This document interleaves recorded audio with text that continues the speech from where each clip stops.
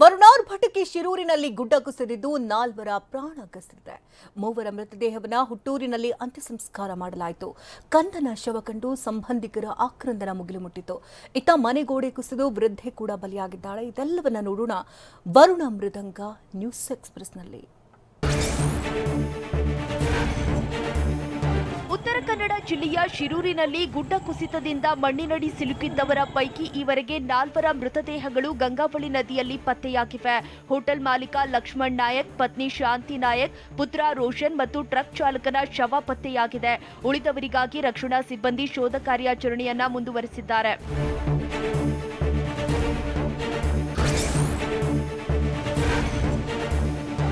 ಶಿರೂರಿನಲ್ಲಿ ಸಂಭವಿಸಿರುವ ಗುಡ್ಡ ಕುಸಿತ ಪ್ರಕರಣದಲ್ಲಿ 20 ಮಂದಿ ನಾಪತ್ತೆಯಾಗಿದ್ದಾರೆಂದು ಸ್ಥಳೀಯರು ಶಂಕೆ ವ್ಯಕ್ತಪಡಿಸಿದ್ದಾರೆ.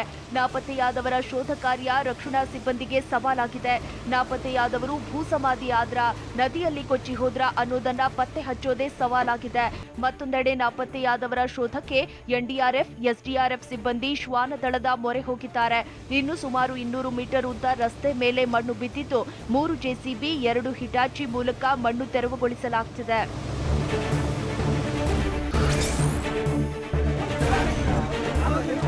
ಶಿರೂರು ಹೆದ್ದಾರಿ ಬಳಿ ಮತ್ತೆ ಗುಡ್ಡ ಕುಸಿತದ ಆತಂಕದಲ್ಲೇ ರಕ್ಷಣಾ ಸಿಬ್ಬಂದಿ ಮಣ್ಣು ತೆರವು ಕಾರ್ಯ ಮುಂದುವರೆಸಿದ್ದಾರೆ.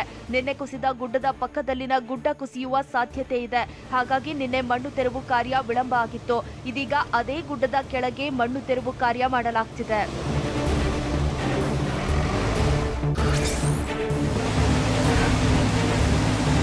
ಶಿರೂರು ಬಳಿ ಗುಡ್ಡದ ಮಣ್ಣು ತೆರವಿಗೆ ರಕ್ಷಣಾ ಸಿಬ್ಬಂದಿ ಹರಸಾಹಸ ಪಡೆದಿದ್ದಾರೆ. ಮೃತದೇಹಗಳನ್ನು ಪತ್ತೆ ಹಚ್ಚುವುದೇ ದೊಡ್ಡ ಸವಾಲಾಗಿ ಪರಿಣಮಿಸಿದೆ. ರಸ್ತೆ ಮೇಲೆ ಬಿದ್ದಿರೋ ಅಪಾರ ಪ್ರಮಾಣದ ಬೆಟ್ಟದ ಮಣ್ಣನ್ನ ರಕ್ಷಣಾ ಸಿಬ್ಬಂದಿ ತೆರವುಗೊಳಿಸುತ್ತಿದ್ದಾರೆ. ಆದರೆ ಈವರೆಗೂ ರಸ್ತೆ ಮೇಲೆ ಮೃತದೇಹ ಪತ್ತೆಯಾಗಿಲ್ಲ.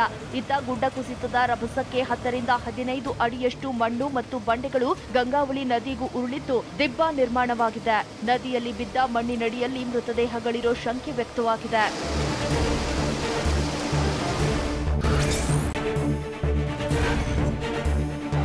ಶಿರೂರಿನಲ್ಲಿ ಗುಡ್ಡ ಕುಸಿತ ಪ್ರಕರಣದಲ್ಲಿ ಮಣ್ಣಿನಡಿ ಸಿಲುಕಿರುವ ಕಾರಿನ ಲೊಕೇಶನ್ ಪತ್ತೆಯಾಗಿದೆ. ತಜ್ಞರ ಮಾಹಿತಿಯಂತೆ ಕಾರ್ಯಾಚರಣೆ ಮುಂದುವರೆದಿದೆ. ಬೆಳಗ್ಗೆಯಿಂದ ಜೆಸಿಬಿ ಮೂಲಕ ಮಣ್ಣು ತೆರವುಗೊಳಿಸಲಾಗುತ್ತಿದ್ದು ಇನ್ನು 60% ಮಣ್ಣು ತೆರವು ಕಾರ್ಯ ಬಾಕಿ ಇದೆ.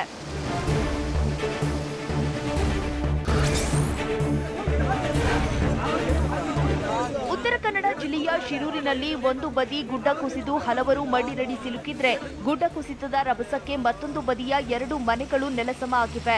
2 ಮನೆಯಲ್ಲಿನ 7 ಜನರ ಪೈಕಿ ಓರ್ವ ವೃದ್ಧೆ ಸಾವನ್ನಪ್ಪಿದ್ದು 6 ಮಂದಿ ಪ್ರಾಣಾಪಾಯದಿಂದ ಪಾರಾಗಿದ್ದಾರೆ.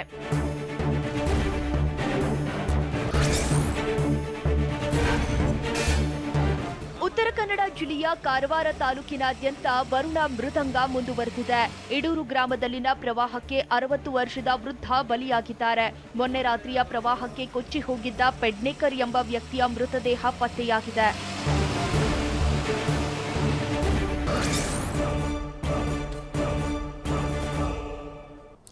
ಖಾಸಗಿ ಸಂಸ್ಥೆಗಳಲ್ಲಿ ಕನ್ನಡಿಗರಿಗೆ ಉದ್ಯೋಗ ಕಡ್ಡಾಯ ಅಂತ ಮಸೂದೆ ಮಂಡನೆಗೆ ಸರ್ಕಾರ ಚಿಂತನೆಯನ್ನ ನಡೆಸ್ತಾ ಇದೆ. ಆದರೆ ಸರ್ಕಾರದ ಈ ನಿರ್ಧಾರದ ಬಗ್ಗೆ ಕಿರಣ್ ಮಜುಂದಾರ್ ಮತ್ತು ಮೋಹನ್ ದಾಸ್ ಪೈ ಕಿಡಿಕಾರಿದ್ದಾರೆ. ಇದನ್ನು ನೋಡೋಣ ಕನ್ನಡಿಗರ ಉದ್ಯೋಗ ಕಿಚ್ಚು ನ್ಯೂಸ್ ಎಕ್ಸ್‌ಪ್ರೆಸ್‌ನಲ್ಲಿ. ಖಾಸಗಿ ಸಂಸ್ಥೆಗಳಲ್ಲಿ ಕನ್ನಡಿಗರಿಗೆ ಉದ್ಯೋಗಗಳು ಕಡ್ಡಾಯ ಅಂತ ರಾಜ್ಯ ಸರ್ಕಾರ ಸಿಹಿ ಸುದ್ದಿ ನೀಡಿದೆ. ಖಾಸಗಿ ವಲಯದ ಉದ್ಯೋಗಗಳಲ್ಲಿ ಮೀಸಲಾತಿ ಕಡ್ಡಾಯದ ಬಗ್ಗೆ ದಶಕಗಳ ಬೇಡಿಕೆಯನ್ನು ಈಡೇರಿಸಲು ಸರ್ಕಾರ ಮುಂದಾಗಿದೆ. ಕನ್ನಡಿಗರಿಗೆ 50% ರಿಂದ 75% ಮೀಸಲಾತಿ ನೀಡಬೇಕು. ಸಿ, ಡಿ ದರ್ಜೆ ನೌಕರರಿಗೆ 100% ಉದ್ಯೋಗ ನೀಡಬೇಕೆನ್ನುವ ಚರ್ಚೆಯಾಗಿದೆ.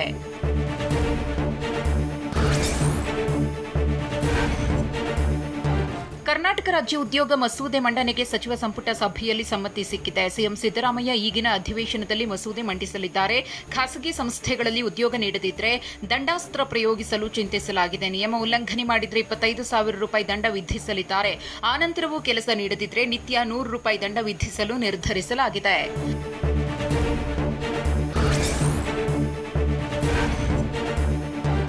ಖಾಸಗಿ ಕಂಪನಿಗಳಲ್ಲಿ ಕನ್ನಡಿಗರಿಗೆ ಉದ್ಯೋಗ ಮೀಸಲಾತಿ ನೀಡುವ ಬಗ್ಗೆ ಈ ಅಧಿವೇಶನದಲ್ಲೇ ಮಸೂದೆ ಮಂಡಿಸುತ್ತೇವೆ ಅಂತ ಸಚಿವ ಸಂತೋಷ್ ಲಾಡ್ ಹೇಳಿದ್ದಾರೆ. ಬೆಂಗಳೂರಿನಲ್ಲಿ ಮಾತನಾಡಿದ ಅವರು, ಎಲ್ಲಾ ಕಡೆಯೂ ನಮ್ಮ ಕನ್ನಡಿಗರಿಗೆ ಮೀಸಲಾತಿ ನೀಡುವ ಕೂಗಿದೆ. ಹೀಗಾಗಿ ಈ ಅಧಿವೇಶನದಲ್ಲಿ ವಿಧೇಯಕ ಮಂಡಿಸುತ್ತೇವೆ. ಆದರೆ ಕೆಲ ಕಂಪನಿಗಳು ಈ ವಿಧೇಯಕಕ್ಕೆ ವಿರೋಧ ವ್ಯಕ್ತಪಡಿಸಿವೆ ಅಂತ ಹೇಳಿದ್ದಾರೆ. ಬೇರೆ ರಾಜ್ಯದಲ್ಲಿ ಇದಕ್ಕಿಂತ ಬೆಟರ್ ಸ್ಕಿಲ್ಲಿಂಗ್ ಇರ್ತಕ್ಕಂಥವ್ರು ಇದಾರೆ ಅಂತಕ್ಕಂಥದ್ದು ನನಗೇನೋ ಡೌಟ್ ಇದೆ. ಯಾಕಂದರೆ ಇಲ್ಲಿ ಇರ್ತಕ್ಕಂಥ ಎಜುಕೇಷನ್ ಸಿಸ್ಟಮೇ ನಾವು ಬೇರೆ ಕಡೆಯಿಂದ ರಾಜ್ಯಗಳಲ್ಲಿ ಬಂದು ಓದೋಕ್ಕಲ್ಲಿ ಮಕ್ಕಳು. So obviously Karnataka has best talent portal ಅಂತ ನನ್ನ ವಾದ. ಮ್ಯಾನೇಜ್ಮೆಂಟಲ್ಲಿ 50% ಕೇಳ್ತಾ ಇದ್ದೀವಿ, ಅದಕ್ಕೂ ಅದು ಸಿಕ್ಕಿಲ್ಲ ಅಂತಂದರೆ ಬೇರೆ ಕಡೆ ತರಿಸ್ಬೋದು. ನೀವು 70% ಇಲ್ಲಿ ಕೇಳ್ತಾ ಇದ್ದೀವಿ, ಆ ಟ್ಯಾಲೆಂಟ್ ಸಿಕ್ಕಿಲ್ಲದೆ ಬೇರೆ ಕಡೆ ತರಿಸ್ಕೋಬೋದು. ಸರ್ಕಾರದ ನಿರ್ಧಾರಕ್ಕೆ ಉದ್ಯಮಿ ಮೋಹನ್ ದಾಸ್ ಪೈ ವಿರೋಧ ಮಾಡಿದ್ದಾರೆ. ಈ ಬಗ್ಗೆ ಟ್ವೀಟ್ ಮಾಡಿರುವ ಮೋಹನ್ ದಾಸ್ ಪೈ, ಈ ಮಸೂದೆ ಕಸದ ರೀತಿಯಂತದ್ದು, ಇದು ತಾರತಮ್ಯ, ಪ್ರತಿಗಾಮಿ ಹಾಗೂ ಸಂವಿಧಾನಕ್ಕೆ ವಿರುದ್ಧವಾಗಿದೆ. ಜೈರಾಮ್ ರಮೇಶ್ ಅವರೇ, ನಾವು ಯಾರೆಂದು ಪ್ರಮಾಣೀಕರಿಸುವುದು ಸರ್ಕಾರನ. ಇದೊಂದು ಕ್ರೂರ ಮಸೂದೆ. ಕಾಂಗ್ರೆಸ್ ಸರ್ಕಾರ ಈ ರೀತಿಯ ಮಸೂದೆಯನ್ನು ತರುತ್ತೆ ಅಂತ ನಂಬಲಾಗದು. ಸರ್ಕಾರಿ ಅಧಿಕಾರಿಯೊಬ್ಬರು ಖಾಸಗಿ ವಲಯದ ನೇಮಕಾತಿ ಸಮಿತಿಗಳಲ್ಲಿ ಕುಳಿತುಕೊಳ್ಳುತ್ತಾರೆಯೇ? ಜನರು ಭಾಷಾ ಪರೀಕ್ಷೆಯನ್ನ ತೆಗೆದುಕೊಳ್ಳಬೇಕೇ ಅಂತ ಪ್ರಶ್ನಿಸಿದ್ದಾರೆ. ಈ ಮಸೂದೆ ಕಸದ ರೀತಿಯಂತದ್ದು, ಇದು ತಾರತಮ್ಯ, ಪ್ರತಿಗಾಮಿ ಹಾಗೂ ಸಂವಿಧಾನಕ್ಕೆ ವಿರುದ್ಧವಾಗಿದೆ. ಜೈರಾಮ್ ರಮೇಶ್ ಅವರೇ, ನಾವು ಯಾರೆಂದು ಪ್ರಮಾಣೀಕರಿಸೋದು ಸರ್ಕಾರನ. ಇದೊಂದು ಕ್ರೂರ ಮಸೂದೆ. ಕಾಂಗ್ರೆಸ್ ಸರ್ಕಾರ ಈ ರೀತಿಯ ಮಸೂದೆಯನ್ನು ತರುತ್ತೆ ಅಂತ ನಂಬಲಾಗದು. ಸರ್ಕಾರಿ ಅಧಿಕಾರಿಯೊಬ್ಬರು ಖಾಸಗಿ ವಲಯದ ನೇಮಕಾತಿ ಸಮಿತಿಗಳಲ್ಲಿ ಕುಳಿತುಕೊಳ್ಳುತ್ತಾರೆಯೇ? ಜನರು ಭಾಷಾ ಪರೀಕ್ಷೆಯನ್ನು ತೆಗೆದುಕೊಳ್ಳಬೇಕೇ? ಖಾಸಗಿ ಕಂಪನಿಗಳಲ್ಲಿ ಕನ್ನಡಿಗರಿಗೆ ಉದ್ಯೋಗ ಮೀಸಲಾತಿ ವಿಚಾರಕ್ಕೆ ಐಟಿ-ಬಿಟಿ ಕಂಪನಿಯವರು ತೀವ್ರ ವಿರೋಧ ವ್ಯಕ್ತಪಡಿಸಿದ್ದಾರೆ. ಈ ಬಗ್ಗೆ ಟಿವಿ9 ಜೊತೆ ಮಾತನಾಡಿದ ಅವರು, ಯಾವುದೇ ಇಂಡಸ್ಟ್ರಿಗೂ ಈಗ ಜನರು ಬರ್ತಿಲ್ಲ, ಕನ್ನಡಿಗರು ಓದೋಕ್ಕೂ ಬರ್ತಿಲ್ಲ, ಪರ್ಸನಾಲಿಟಿ ಇಲ್ಲ, ನಾವು ಟ್ರೈನಿಂಗ್ ಕೊಡಲು ರೆಡಿ ಇದ್ದೇವೆ, ಆದ್ರೆ ಸರ್ಕಾರ ಇದಕ್ಕೆ ಅವಕಾಶ ಮಾಡಿಕೊಡಬೇಕು ಅಂತ ಹೇಳಿದ್ರು. ನಾನು ಹುಟ್ಟಿದ್ದು ಕೆಲಸ ಮಾಡ್ತಿರೋದು ಕರ್ನಾಟಕದಲ್ಲೇ. ಸರ್ಕಾರ ಮೊದಲು ಒಳ್ಳೆಯ ಶಿಕ್ಷಣ ಕೊಡಬೇಕು, ಯಾರಿಗೆ ಶಿಕ್ಷಣ ಸಿಗುತ್ತೋ ಅವರಿಗೆ ಉದ್ಯೋಗ ಸಿಗುತ್ತೆ ಅಂತ ಹೇಳಿದ್ರು. ಈ ಬಿಲ್ ಮೇಲೆ ತಗೊಂಬಾರ್ದು, ತಗೊಂಡ್ರೆ ಯಾರು ಬರಲ್ಲ, ಕರ್ನಾಟಕ ಎಲ್ಲ ಜನರು ಹೋಗ್ತಾರೆ. ಬಹಳ ಕೋಪ ಇದೆ ಎಂಪ್ಲಾಯೀಸ್ ಮೇಲೆ. ನಮ್ ಬೆಂಗಳೂರೆಲ್ಲ ಹಾಳು ಮಾಡ್ಬಿಟ್ಟಿದ್ದಾರೆ. ಇನ್ಫ್ರಾಸ್ಟ್ರಕ್ಚರ್ ಇನ್ವೆಸ್ಟ್ಮೆಂಟ್ ಇಲ್ಲ, ಟ್ರಾಫಿಕ್ ಪ್ರಾಬ್ಲಮ್ ಎಲ್ಲ ಇದೆ. ಇವಾಗ ಈ ತರ ಮಾಡೋದೆಲ್ಲ ಸರಿಯಲ್ಲ. ಸರ್ಕಾರದ ಮೀಸಲಾತಿ ಮಸೂದೆಗೆ ಖಾರವಾಗಿ ಪ್ರತಿಕ್ರಿಯಿಸಿರುವ ಮೋಹನ್ ದಾಸ್ ಪೈ, ಐಟಿ ಕಂಪನಿಗಳಲ್ಲಿ ಕೆಲಸ ಕೊಡಲು ಕನ್ನಡಿಗರಿಗೆ ನೀವು ಯಾವ ರೀತಿಯ ತರಬೇತಿ ಕೊಡ್ತೀರಿ ಅಂತ ಸಿಎಂ ಸಿದ್ದರಾಮಯ್ಯಗೆ ಉದ್ಯಮಿ ಮೋಹನ್ ದಾಸ್ ಪೈ ಪ್ರಶ್ನಿಸಿದ್ದಾರೆ. ಈ ವಿಧೇಯಕವನ್ನು ರಾಜ್ಯ ಸರ್ಕಾರ ಹಿಂಪಡೆಯಬೇಕು, ಈ ನಿರ್ಧಾರದಿಂದ ಕರ್ನಾಟಕದ ಹೆಸರು ಕೆಡಿಸುತ್ತಿದ್ದಾರೆ ಅಂತ ಕಿಡಿಕಾರಿದ್ದಾರೆ. ಸರ್ಕಾರ ಹೇಳ್ಬೇಕು, ನಾವೊಂದು 5,000 ಕೋಟಿ ಸ್ಕಿಲ್ ಡೆವಲಪ್ಮೆಂಟ್ ಪ್ರೋಗ್ರಾಮ್ ಮಾಡ್ತೀವಿ ಕನ್ನಡಿಗರಿಗೆ, ಅನೌನ್ಸ್ ಮಾಡ್ಲಿ. ಯಾಕೆ ಮಾಡಲ್ಲ?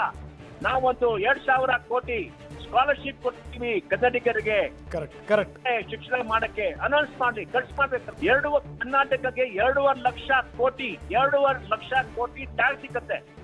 ಎಲ್ಲೋ ಬರುತ್ತೆ ಟ್ಯಾಕ್ಸು. ಖಾಸಗಿ ವಲಯದಲ್ಲಿ ಕನ್ನಡಿಗರಿಗೆ ಉದ್ಯೋಗಾವಕಾಶ ಮೀಸಲಾತಿ ಮಸೂದೆಗೆ ಬಯೋಕಾನ್ ಮುಖ್ಯಸ್ಥೆ ಕಿರಣ್ ಮಜುಮ್ದಾರ್ ಶಾ ಆಕ್ಷೇಪ ವ್ಯಕ್ತಪಡಿಸಿದ್ದಾರೆ. ಈ ಬಗ್ಗೆ ಟ್ವೀಟ್ ಮಾಡಿರುವ ಅವರು, ಟೆಕ್ ಹಬ್ ಆಗಿರುವ ನಮಗೆ ನುರಿತ ಪ್ರತಿಭೆಗಳ ಅಗತ್ಯವಿದೆ. ಸ್ಥಳೀಯರಿಗೆ ಉದ್ಯೋಗಗಳನ್ನು ಒದಗಿಸುವ ಕ್ರಮದಿಂದ ತಂತ್ರಜ್ಞಾನದಲ್ಲಿ ನಮ್ಮ ಪ್ರಮುಖ ಸ್ಥಾನದ ಮೇಲೆ ಪರಿಣಾಮ ಬೀರಬಾರದು. ನುರಿತ ಪ್ರತಿಭಾನ್ವಿತರ ನೇಮಕಾತಿ ಮಾಡಲು ಈ ನೀತಿಯ ಷರತ್ತುಗಳಿಂದ ವಿನಾಯಿತಿ ನೀಡಬೇಕು ಅಂತ ಆಗ್ರಹಿಸಿದ್ದಾರೆ. ಟೆಕ್ ಹಬ್ ಆಗಿ ನಮಗೆ ನುರಿತ ಪ್ರತಿಭೆಗಳ ಅಗತ್ಯವಿದೆ. ಸ್ಥಳೀಯರಿಗೆ ಉದ್ಯೋಗಗಳನ್ನು ಒದಗಿಸುವ ಕ್ರಮದಿಂದ ತಂತ್ರಜ್ಞಾನದಲ್ಲಿ ನಮ್ಮ ಪ್ರಮುಖ ಸ್ಥಾನದ ಮೇಲೆ ಪರಿಣಾಮ ಬೀರಬಾರದು. ನುರಿತ ಪ್ರತಿಭಾನ್ವಿತರ ನೇಮಕಾತಿ ಮಾಡಲು ಈ ನೀತಿಯ ಷರತ್ತುಗಳಿಂದ ವಿನಾಯಿತಿ ನೀಡಬೇಕು. ಕನ್ನಡಿಗರ ಸ್ವಾಭಿಮಾನ ಎತ್ತಿ ಹಿಡಿಯಲು ನಮ್ಮ ಸರ್ಕಾರ ಬಂದಿದ್ದು, ಕಡ್ಡಾಯವಾಗಿ ಕನ್ನಡಿಗರಿಗೆ ಇಷ್ಟು % ಉದ್ಯೋಗ ಇರಬೇಕು ಅಂತ ಡಿಸಿಎಂ ಡಿಕೆ ಶಿವಕುಮಾರ್ ಹೇಳಿದ್ರು. ಬೆಂಗಳೂರಿನಲ್ಲಿ ಮಾತನಾಡಿದ ಅವರು, ಕನ್ನಡ ಬೋರ್ಡ್ ಭಾಷೆ ಧ್ವಜ ಬಳಕೆ ಕಡತಗಳಲ್ಲಿ ಕನ್ನಡ ಬಳಕೆ ಮಾಡಬೇಕು. ಇದರ ಬಗ್ಗೆ ಕಿರಣ್ ಮಜುಮ್ದಾರ್ ಮೋಹನ್ ದಾಸ್ ಪೈ ವಿರೋಧಿಸಿದ್ದಾರೆ. ಆದರೆ ತಾಂತ್ರಿಕ ಸಮಸ್ಯೆ ಇದ್ದ ಕಡೆ ರಿಯಾಯಿತಿ ಕೊಡ್ತೇವೆ ಅಂತ ಹೇಳಿದ್ರು. ಕರ್ನಾಟಕ ರಾಜ್ಯದಲ್ಲಿ ಕಾಂಗ್ರೆಸ್ ಸರ್ಕಾರ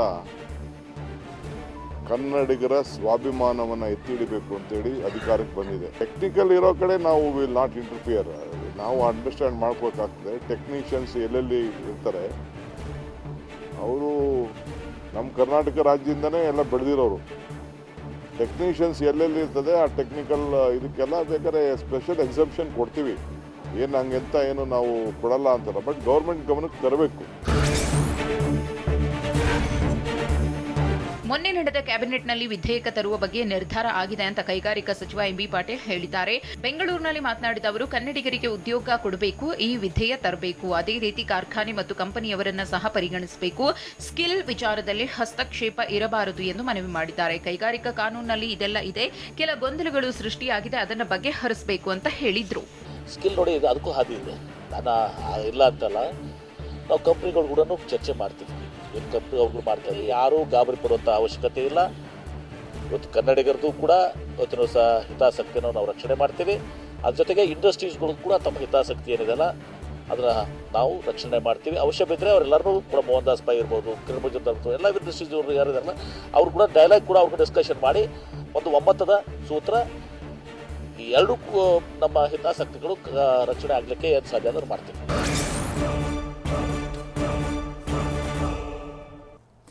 ಕರುನಾಡಿನಾದ್ಯಂತ ಸುರಿತಾ ಇರುವಂತಹ ರಣರಕ್ಕಸ ಮಳೆ ಹಲವು ಅವಾಂತರಗಳನ್ನೇ ಸೃಷ್ಟಿ ಮಾಡುತ್ತಿದೆ. ಕೊಡಗು ಜಿಲ್ಲೆಯ ಮದೆನಾಡು ಸಮೀಪ ರಾಷ್ಟ್ರೀಯ ಹೆದ್ದಾರಿ 275ರಲ್ಲಿ ಭೂಕುಸಿತದ ಭೀತಿ ಎದುರಾಗಿದೆ. ಇತ್ತ ಹಾಸನದಲ್ಲಿ ರಾಷ್ಟ್ರೀಯ ಹೆದ್ದಾರಿ 75ರಲ್ಲಿ ಭೂಕುಸಿತಗೊಂಡಿದೆ. ಮತ್ತೊಂದೆಡೆ ಮೈಸೂರಿನಲ್ಲಿ ಮರ ಬಿದ್ದು ಮನೆ ಜಖಂಗೊಂಡಿದೆ. ಈ ಸುದ್ದಿಯನ್ನು ನೋಡೋಣ ವರುಣಾರ್ ಭಟ ನ್ಯೂಸ್ ಎಕ್ಸ್‌ಪ್ರೆಸ್‌ನಲ್ಲಿ. ಮಂಡ್ಯ ಜಿಲ್ಲೆಯ ಮಳವಳ್ಳಿ ತಾಲೂಕಿನ ದೇಶಹಳ್ಳಿ ಗ್ರಾಮದಲ್ಲಿ ಮಳೆಯಿಂದ ರಸ್ತೆ ಸಂಪೂರ್ಣ ಕೆಸರುಮಯವಾಗಿದೆ. ರಸ್ತೆಯಲ್ಲಿ ನಾಟಿ ಮಾಡಿ ಜನಪ್ರತಿನಿಧಿಗಳ ವಿರುದ್ಧ ಗ್ರಾಮಸ್ಥರು ಆಕ್ರೋಶ ಹೊರಹಾಕಿದ್ದಾರೆ. ಹಲವು ವರ್ಷಗಳಿಂದ ರಸ್ತೆ ಹದಗೆಟ್ಟಿದ್ದು ತಿರುಗಾಡದ ಪರಿಸ್ಥಿತಿ ನಿರ್ಮಾಣವಾಗಿದೆ. ಹೀಗಾಗಿ ತಕ್ಷಣವೇ ರಸ್ತೆ ದುರಸ್ತಿಗೊಳಿಸುವಂತೆ ಗ್ರಾಮಸ್ಥರು ಆಗ್ರಹಿಸಿದ್ದಾರೆ.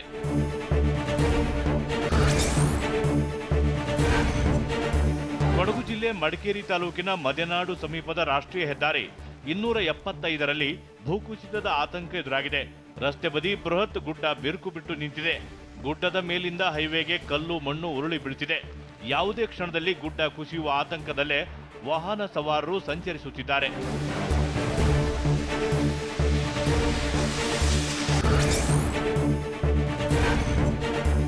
ಹಾಸನ ಜಿಲ್ಲೆ ಮಲೆನಾಡು ಭಾಗದಲ್ಲಿ ಮಳೆ ಅಬ್ಬರ ಮುಂದುವರೆದಿದೆ.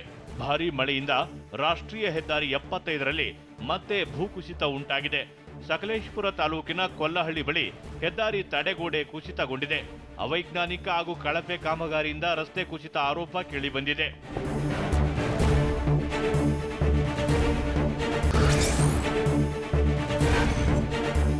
ಮೈಸೂರು ಜಿಲ್ಲೆಯಲ್ಲಿ ಮಳೆಯಿಂದ ಹಲವೆಡೆ ಅವಾಂತರಗಳು ಸೃಷ್ಟಿಯಾಗಿವೆ. ಎಚ್.ಡಿ. ಕೋಟೆ ತಾಲೂಕಿನಲ್ಲಿ ಗಾಳಿ ಮಳೆಗೆ ಮನೆಗಳಿಗೆ ಹಾನಿಯುಂಟಾಗಿದೆ. ಮಚ್ಚೂರು ಗ್ರಾಮದಲ್ಲಿ ಮಧ್ಯರಾತ್ರಿ ಬೃಹತ್ ಮರ ಬಿದ್ದು ಮನೆ ಜಖಂಗೊಂಡಿದೆ. ಮನೆಯಲ್ಲಿದ್ದ ರೈತ ಗೋವಿಂದ ಕುಟುಂಬ ಪ್ರಾಣಾಪಾಯದಿಂದ ಪಾರಾಗಿದೆ. ಇತ್ತ ತುಂಬು ಸೋಸೆಗೆ ಗ್ರಾಮದಲ್ಲೂ ಮಳೆಯಿಂದ ವಿಕಲಚೇತನ ಸುರೇಶ್ ಎಂಬುವರ ಮನೆ ಮೇಲ್ಚಾವಣೆ ಕುಸಿತಗೊಂಡಿದೆ. ಸೂಕ್ತ ಪರಿಹಾರ ಕಲ್ಪಿಸುವಂತೆ ಸರ್ಕಾರಕ್ಕೆ ಗ್ರಾಮಸ್ಥರು ಆಗ್ರಹಿಸಿದ್ದಾರೆ.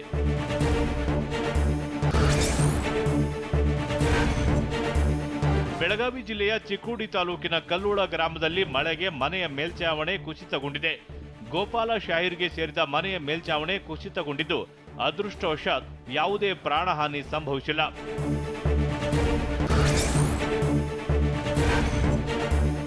ಮಹಾರಾಷ್ಟ್ರದಲ್ಲಿ ಭಾರೀ ಮಳೆ ಸುರಿಯುತ್ತಿದ್ದು ಯಾದಗಿರಿ ಜಿಲ್ಲೆಯಲ್ಲಿ ಪ್ರವಾಹದ ಭೀತಿ ಶುರುವಾಗಿದೆ. ಮುನ್ನೆಚ್ಚರಿಕೆ ಕ್ರಮದ ಬಗ್ಗೆ Yadgir DC doctor Sushila B ಮಾಹಿತಿ ನೀಡಿದ್ದಾರೆ. ಪ್ರವಾಹಕ್ಕೆ ತುತ್ತಾಗಬಹುದಾದ 80 ಗ್ರಾಮಗಳನ್ನು ಪಟ್ಟಿ ಮಾಡಿದ್ದು ನೋಡಲ್ ಅಧಿಕಾರಿಗಳನ್ನು ನೇಮಕಗೊಳಿಸಿದ್ದಾರೆ. 32 ಗ್ರಾಮ ಪಂಚಾಯತ್ ವ್ಯಾಪ್ತಿಯಲ್ಲಿ ಕಾಳಜಿ ಕೇಂದ್ರಗಳನ್ನು ಗುರುತಿಸಲಾಗಿದೆ. ಪಂಚಾಯತ್ ಮಟ್ಟದಲ್ಲಿ ಕಾರ್ಯಪಡೆಯನ್ನು ರಚಿಸಲಾಗಿದೆ. ಏನಂದ್ರೆ ನೀಲಕಂಠರಾಯನ್ ಗಡ್ಡಿ ಮತ್ತು ಮೇಲಿನ ಗಡ್ಡಿ ಒಂದು ಜಂಗನ್ ದೊಡ್ಡಿ ಅಂತ ಈ 3 ಕಡೆ ಸುಮಾರು ಒಂದು 15-20 ಫ್ಯಾಮಿಲೀಸ್ ಇರುತ್ತೆ. ಇವು ಫಸ್ಟ್ ಇನ್ಸ್ಟೆನ್ಸಲ್ಲಿ ಮುಳುಗುಗೆ ಒಳಗಾಗುವಂತಹ ಪ್ರದೇಶಗಳಿದ್ದಾವೆ. ಸೊ ಈಗಾಗಲೇ ತಹಸೀಲ್ದಾರ್ಗಳು ಭೇಟಿ ನೀಡಿ ಅವ್ರಿಗೆ ಅವೇರ್ನೆಸ್ ಕ್ರಿಯೇಟ್ ಮಾಡಿದ್ದಾರೆ. ಕೊಡಗು ಜಿಲ್ಲೆಯಲ್ಲಿ ಮಳೆ ಆರ್ಭಟ ಮುಂದುವರೆದಿದೆ. ಸಂಪಾಜೆ ಭಾಗದಲ್ಲಿ ಪಯಶ್ವಿನಿ ನದಿ ಉಕ್ಕಿ ಹರಿಯುತ್ತಿದೆ. ಬಂಡೆಡ್ಕ ಗ್ರಾಮದಲ್ಲಿ ಕುಟುಂಬವೊಂದಕ್ಕೆ ಜಲದಿಗ್ಬಂಧನ ಉಂಟಾಗಿದೆ. ನದಿ ದಾಟಲಾಗದೆ ಕಳೆದ 5 ದಿನಗಳಿಂದ ಕುಟುಂಬ ಮನೆಯಲ್ಲೇ ಸಿಲುಕಿಕೊಂಡಿದೆ.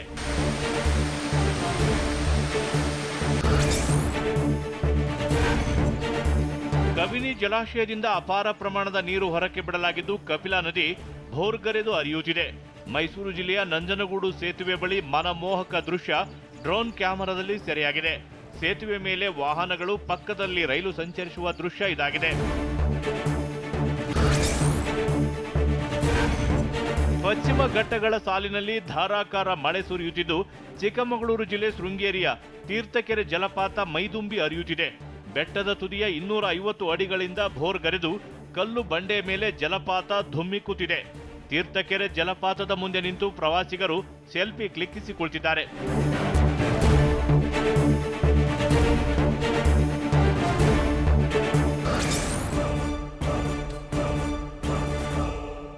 ರೈತ ಪಂಚ ಧರಿಸಿ ಬಂದಿದ್ದಕ್ಕೆ ನಿರ್ಬಂಧ ವಿಧಿಸಿದ್ದ ಜಿಟಿ ಮಾಲ್ ವಿರುದ್ಧ ಆಕ್ರೋಶ ವ್ಯಕ್ತವಾಗಿತ್ತು. ಇದರ ಬೆನ್ನಲ್ಲೇ ಮಾಲ್ನವರು ಕ್ಷಮೆಯ ಕೇಳಿದ್ದಾರೆ.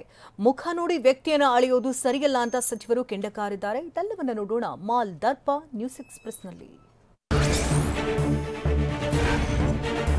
ಪಂಚೆ ಧರಿಸಿ ಬಂದಿದ್ದ ರೈತನಿಗೆ ಮಾಲ್ನ ಒಳಗೆ ಪ್ರವೇಶ ನೀಡದಕ್ಕೆ ಆಕ್ರೋಶ ವ್ಯಕ್ತವಾಗಿದೆ. ಬೆಂಗಳೂರಿನ ಜಿಟಿ ಮಾಲ್ ಮುಂದೆ ಕನ್ನಡಪರ ಸಂಘಗಳ ಕಾರ್ಯಕರ್ತರು ಧರಣಿ ನಡೆಸಿದ್ರು. ರೈತರಿಗೆ ಅವಮಾನ ಮಾಡಿದ ಜಿಟಿ ಮಾಲ್ ವಿರುದ್ಧ ಆಕ್ರೋಶ ವ್ಯಕ್ತಪಡಿಸಿದ್ರು.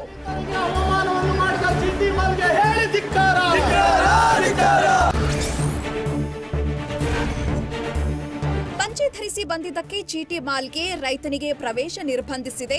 ಮುಖ ನೋಡಿ ಬಟ್ಟೆ ನೋಡಿ ಒಬ್ಬ ವ್ಯಕ್ತಿಯನ್ನ ಅಳಿಯಬಾರದು ಅಂತ ಕಂದಾಯ ಇಲಾಖೆ ಸಚಿವ ಕೃಷ್ಣ ಬೈರೇಗೌಡ ಹೇಳಿದ್ದಾರೆ. ಬೆಂಗಳೂರಿನಲ್ಲಿ ಮಾತನಾಡಿದ ಅವರು, ಇದೊಂದು ಬ್ರಿಟಿಷರ ಮನಸ್ಥಿತಿ, ನಮ್ಮನ್ನ ಆಳಿದವರ ಮೈಂಡ್ ಸೆಟ್.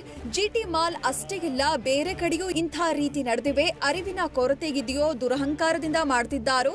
ಜಿಟಿ ಮಾಲ್ನವರು ಹಾಗೆ ನಡ್ಕೊಂಡಿದ್ದು ತಪ್ಪು, ಖಂಡನೀಯ ಅಂತ ಹೇಳಿದ್ರು. ಇದು ಅಲ್ಲಿ ಒಂದೇ ಮಾಲ್ನಲ್ಲೇ ಅಲ್ಲ, ಬೇರೆ ಕಡೆನೂ ಕೂಡ ಇಂತಹ ಈ ಬೇರೆ ದೇಶಗಳಿಂದ ಇನ್ಫ್ಲೂಯೆನ್ಸ್ ಆಗಿರುವ ನಮ್ಮ ಮೈಂಡ್ ಸೆಟ್ಟು ಇವತ್ತಿಗೂ ಕೂಡ ಬೇರೆ ಕಡೆನೂ ಮುಂದುವರಿತಾ ಇದೆ.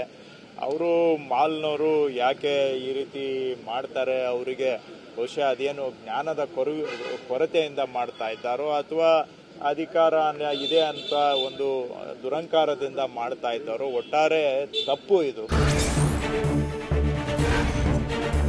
ಜಿಟಿ ಮಾಲ್ನಲ್ಲಿ ರೈತನಿಗೆ ಅವಮಾನ ಮಾಡಿದ್ದನ್ನ ರೈತ ಸಂಘಟನೆ ಅಧ್ಯಕ್ಷ ಕುರುಬೂರು ಶಾಂತಕುಮಾರ್ ಖಂಡಿಸಿದ್ದಾರೆ. ಮಾಲ್ ಮಾಲೀಕರು ರೈತರಿಗೆ ಕ್ಷಮೆ ಕೇಳಬೇಕು, ಪೊಲೀಸರು ಈ ಬಗ್ಗೆ ಕ್ರಮ ವಹಿಸಬೇಕು ಅಂತ ಒತ್ತಾಯಿಸಿದ್ದಾರೆ. TV9 ಜೊತೆ ಮಾತನಾಡಿದ ಅವರು, ರೈತ ಪಂಚೆ ಹಾಕೊಂಡು ಬಂದಿರುವುದು ತಪ್ಪೇನಿದೆ, ಇದು ನಮ್ಮ ಸಂಸ್ಕೃತಿ ಹತ್ತಿಕ್ಕುವ ಪ್ರಯತ್ನ ಅಂತ ಕಿಡಿಕಾರಿದ್ರು.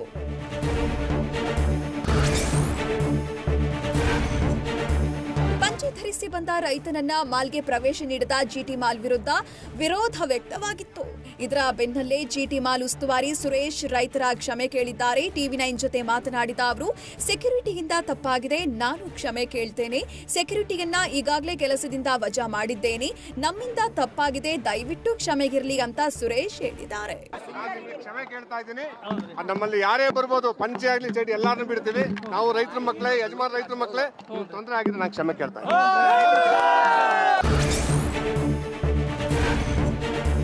ಪಂಚೆ ಧರಿಸಿ ಬಂದಿದ್ದಕ್ಕೆ ನನ್ನನ್ನ ಮಾಲ್ ಒಳಗೆ ಬಿಡ್ಲಿಲ್ಲ, ಇದರಿಂದ ತುಂಬಾ ನೋವಾಯಿತು ಅಂತ ಪಂಚೆ ಧರಿಸಿ ಮಾಲ್ಗೆ ಬಂದಿದ್ದ ರೈತ ಫಕೀರಪ್ಪ ಹೇಳಿದ್ರು. TV9 ಜೊತೆ ಮಾತನಾಡಿದ ಅವರು, ಅರ್ಧ ಗಂಟೆಗಳ ಕಾಲ ಮಾಲ್ ದ್ವಾರದಲ್ಲಿ ಕಾದಿದ್ವಿ. ಕೊನೆಗೆ ಹೋಗ್ಲಿ, ವಾಪಸ್ ಮನೆಗೆ ಹೋಗೋಣ ಅಂತ ಮಗನಿಗೆ ಹೇಳ್ತಿದ್ದೆ. ಆದ್ರೆ ನನ್ನ ಮಗ ನಾಗರಾಜ್ ಮಾಧ್ಯಮದ ಸ್ನೇಹಿತರಿಗೆ ಕರೆ ಮಾಡಿದ್ರು. ಮಾಧ್ಯಮದವರು ಪ್ರಶ್ನಿಸಿದ ಬಳಿಕ ಮಾಲ್ ಸೆಕ್ಯೂರಿಟಿ ಸಿಬ್ಬಂದಿ ಒಳಗೆ ಬಿಟ್ರು ಅಂತ ಹೇಳಿದ್ರು. ಪಂಚೆ ಹಾಕಿದ್ರೆ ಬಿಡೋದಲ್ಲ, ಹೆಂಗ್ ಹೇಳ್ಬೇಕ್ರಿ, ಏನಾತ ಅಲ್ರಿ, ಅವ್ರು ನಮಗೆ ಈಗ ಅವಮಾನ ಮಾಡಿದ್ದಕ್ಕೆ ನಮಗೆ ಎಷ್ಟು ನೋವಾತಂತೀರಿ, ಅಷ್ಟು ನೋವಾತ. ರಾಜ್ಯಾದ್ಯಂತ ಜನರು ಎಲ್ಲರೂ ಹೌದ್ರಿ, ಅಲ್ರಿ, ಈಗ ಮುಂದೆ ಈ ತರ ಯಾವ್ದು ಆಗ್ಬಾರ್ದ್ರಿ. ಇದು ಪಂಚೆ ಹಾಕಿ ಬಂದ ರೈತರಿಗೆ ಸ್ವಲ್ಪ ಇಷ್ಟು ಅವಮಾನ ಮಾಡಿಬಿಟ್ರೆ ನಾವು ಬದುಕೋದು ಹೆಂಗ? ವಿವಿಧ ಬೇಡಿಕೆಗಳ ಈಡೇರಿಕೆಗೆ ಮೈಸೂರಿನಲ್ಲಿ ರೈತರ ಧರಣಿ ಮುಂದುವರೆದಿದೆ. ಮೈಸೂರು ಜಿಲ್ಲಾಧಿಕಾರಿ ಕಚೇರಿ ಮುಂದೆ 2 ದಿನ ಅಹೋರಾತ್ರಿ ಧರಣಿ ಮುಂದುವರೆದಿದ್ದು, ಅನ್ನದಾತರ ಪ್ರತಿಭಟನೆಗೆ ರೈತರು ಜಿಲ್ಲಾಡಳಿತ ಮಣೆ ಹಾಕ್ತಾ ಇಲ್ಲ. ರಾಜ್ಯ ಸರ್ಕಾರದ ವಿರುದ್ಧ ಧಿಕ್ಕಾರ ಕೂಗಿ ರೈತರು ತೀವ್ರ ಆಕ್ರೋಶ ವ್ಯಕ್ತಪಡಿಸಿದ್ರು.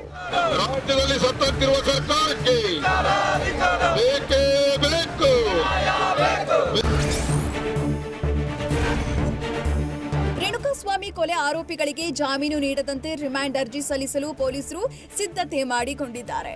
ನಾಳೆ ನ್ಯಾಯಾಂಗಾವಧಿ ಮುಕ್ತಾಯ ಹಿನ್ನೆಲೆ ಮತ್ತೆ ಕೋರ್ಟ್ಗೆ ಪೊಲೀಸರು ರಿಮಾಂಡ್ ಅರ್ಜಿ ಸಲ್ಲಿಸಲಿದ್ದಾರೆ. ಈ ಬಾರಿಯೂ ಹಲವು ಕಾರಣಗಳನ್ನ ಪೊಲೀಸರು ಕೋರ್ಟ್ ಮುಂದೆ ಇಡ್ತಾರೆ.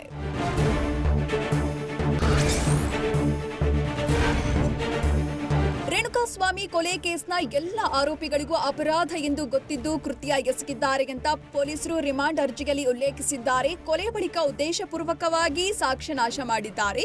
ಆರೋಪಿಗಳು ಸಾಕ್ಷ್ಯನಾಶ ಮಾಡಿರುವುದಕ್ಕೆ FSL ವರದಿಗಳು ಬರಬೇಕಿದೆ. ಆರೋಪಿಗಳಿಗೆ ಜಾಮೀನು ಸಿಕ್ಕರೆ ಸಾಕ್ಷಿಗಳ ಮೇಲೆ ಪ್ರಭಾವ ಬೀರ್ತಾರೆ. ಜಾಮೀನು ಪಡೆದ್ರೆ ನ್ಯಾಯಾಲಯದ ವಿಚಾರಣೆಯಲ್ಲಿ ಪಾರಾಗಲು ಮತ್ತೆ ಯೋಜನೆ ರೂಪಿಸಬಹುದು. ಏಟು ಆರೋಪಿಗೆ ಹಣ ಮತ್ತು ಅಭಿಮಾನ ಬಳಗವಿದ್ದು ಅವರ ಮುಖಾಂತರ ಸಾಕ್ಷಿಗಳ ಮೇಲೆ ಪ್ರಭಾವ ಬೀರಬಹುದು ಅಂತ ಅಂತ ಪೊಲೀಸರು ಉಲ್ಲೇಖಿಸಿದ್ದಾರೆ.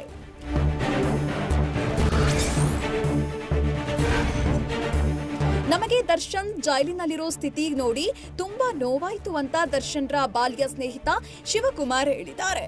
TV9 ಜೊತೆ ಮಾತನಾಡಿದ ಅವರು, ದರ್ಶನ್ ಅವರಿಗಾಗಿ ನಿಷ್ಠುರ ಆಗಿಲ್ಲ, ಆದ್ರೆ ಬೇರೆಯವರ ವಿಚಾರಕ್ಕೆ ನಿಷ್ಠುರ ಆಗಿರೋದೇ ಜಾಸ್ತಿ.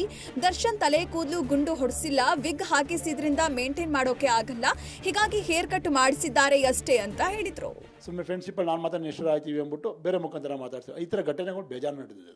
ಅವರು ಈ ಥರ ಎಲ್ಲರಿಗೂ ಒಳ್ಳೇದು ಮಾಡೋಕೆ ಹೋಗಿ ಈ ಥರ ಪ್ರಾಬ್ಲಮ್ ಮಾಡ್ಕೊಂಡಿರೋದು.